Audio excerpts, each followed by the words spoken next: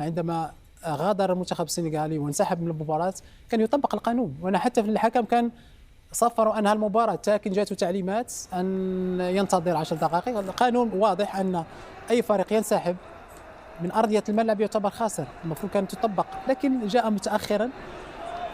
لقب صحيح انه منح المغرب لكن بدون اي طعم يا محمد، بدون اي طعم. دائما هذه الفوضى الموجوده في الاتحاد الافريقي وهذه اللامسؤوليه بعض المسؤولين، اظن يجب ان ينظف الاتحاد الافريقي من هذه الاشياء التي راحه اضرت بالكره الافريقيه. البطوله على مستوى الملاعب على المستوى الفني كانت عاليه جدا، ناجحه منظمه بشكل ممتاز جدا، لكن للاسف كما قلت دائما هم الاشخاص، دائما الاشخاص، خصوصا في الاشخاص الذين يتخذون القرارات. كان المفروض كما قلت دائما هذه الاشياء، كان المغرب كان دائما يصر على الاستئناف وعلى تطبيق القانون بحرف الاظافر، لكن كما قلت جاء متاخر بدون اي طعم. ولا ادري المغاربه، حتى كل المغاربه اظن يشاطرون نفس الراي، لان رغم انه يمنحون اللقب لكن ليس لديه الطعم كما كان سيكون لو طبق القانون على ارضيه الملعب. كابتن سامي، رايك، شاركت في هذه البطوله مدربا للمنتخب التونسي وخرجت معه من الدور الثاني. هو من المؤسف معناتها باش تصير احداث كما هكا في الفاينل، معناتها بعد عرس كروي كبير، معناتها بطوله افريقيا افريقيا، معناتها حسب رايي حدث كبير معناتها، والمفروض ما نشوفوش حركات واشياء كما هيك. انا بالنسبه لي الاشكال الكبير قاعد مازال في افريقيا هو على المستوى التحكيم.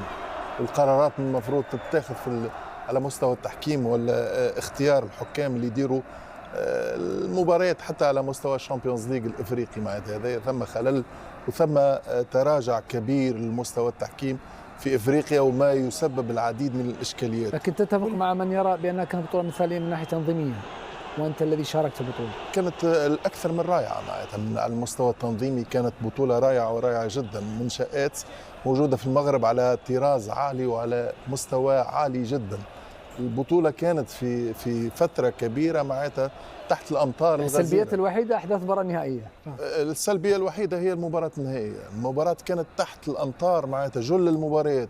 لم نلاحظ اللي كونه ثم خلل على المستوى. هنا كان صفر نهايه المباراه الحكم، ثم جاته تعليمات عن ينتظر بعض الشيء. هو للاسف اللي كونه معناتها في بعض الاحيان القرارات نتاع الحكام تتدخل فيها معناتها بعض الاطراف. الاتحاد الافريقي مره اخرى معناتها نشوفوا معناتها ونعود لاعب المنتخب السنغالي. طيب كابتن وائل، بطل افريقيا 3 مرات، كنت مدير منتخب مصر في النسخه الماضيه، رايك؟ يعني طبعا انا بتفق مع الكباتن في ان اسوأ عنصر في منظومه الكوره في افريقيا هو الحكام يا محمد، والتوازنات اللي بتحصل. كل فريق بيلعب على ارضه بيستفيد من الشيء ده صراحه. بس 2006 فزتوا بدرعكم، يعني كله بيستفيد، كله بيستفيد، كله بيستفيد، كله بيستفيد سواء على الانديه وعلى المنتخبات. انا مش هدخل في تفاصيل البطوله. لا انتم استفدتوا 3 نسخ تستفيدون من الحكام. فين اللي استفدنا؟ 2006 2008 و2008 و2010. 2006 استفدتوا وانت استفدت يا يوسف. كل الانديه المنتخبات اللي بتلعب، احنا بالعكس احنا ما استفدناش، احنا بالعكس احنا خربوا علينا الفاينل، عارف انت؟ كان مش هدخل في تفاصيل يا يوسف. المهم انا بقول بس انا بقول لك اسوأ عنصر في المنظومه هو الحكام وكله بيستفيد انديه ومنتخبات يا يوسف. الاتحاد هم المسؤولين، كله بيستفيد انديه ومنتخبات. شوف هناك حسابات، هناك صراعات بين الناس في الاتحاد الافريقي، فساد كبير في داخل اروقه الاتحاد الافريقي. ليس هناك نظام، وليس هناك قوانين يعتمد عليها. ما فيش عداله يا يوسف. طبعا ما هو ما فيش عداله. طيب لا ما فيش عداله، وكل واحد بيقدر بيستفيد. طيب يعني انت تتفق مع كابتن سامي بان التحكيم هو النقطه السلبيه في أسوأ نقطه في القاره الافريقيه، كل الناس بتستفيد منه يا محمد. اللي يقدر يستفيد منه بيستفيد.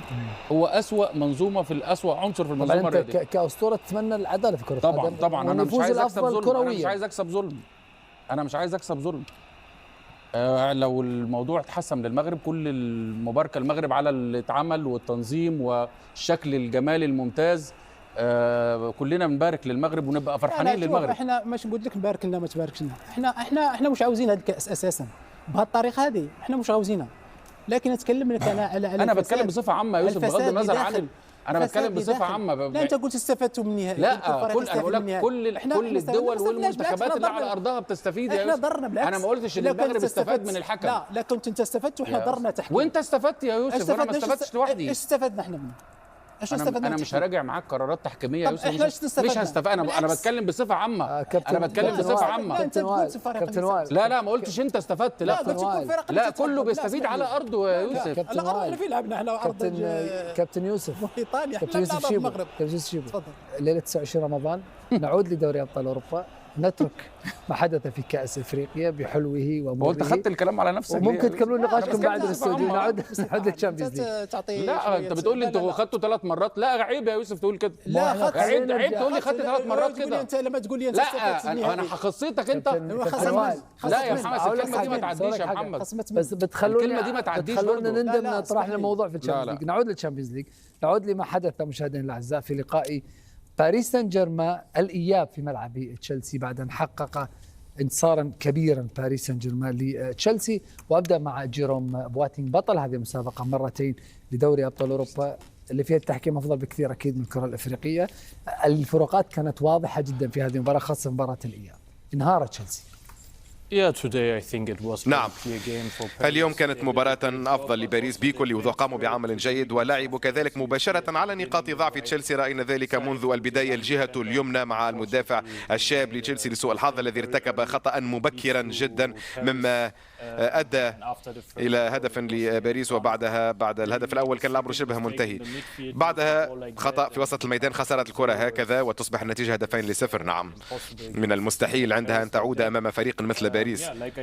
كما ذكرت سابقا، أنا أظن بأن المفتاح هنا كان هو أن باريس سان جيرمان كان أكثر جاهزية على الصعيد الجسدي في المباراة الأولى، وتمكنوا من تقديم طاقة وبذل مجهودات إضافية أكثر.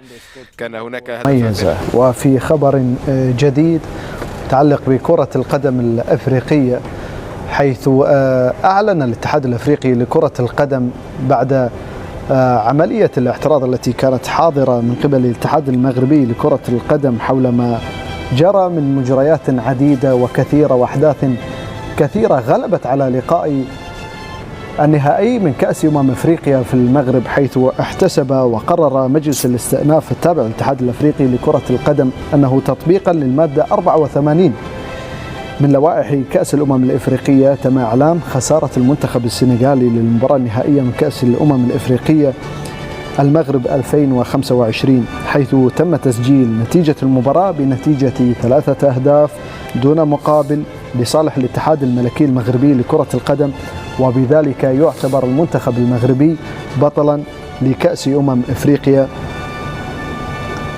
2025 لكرة القدم.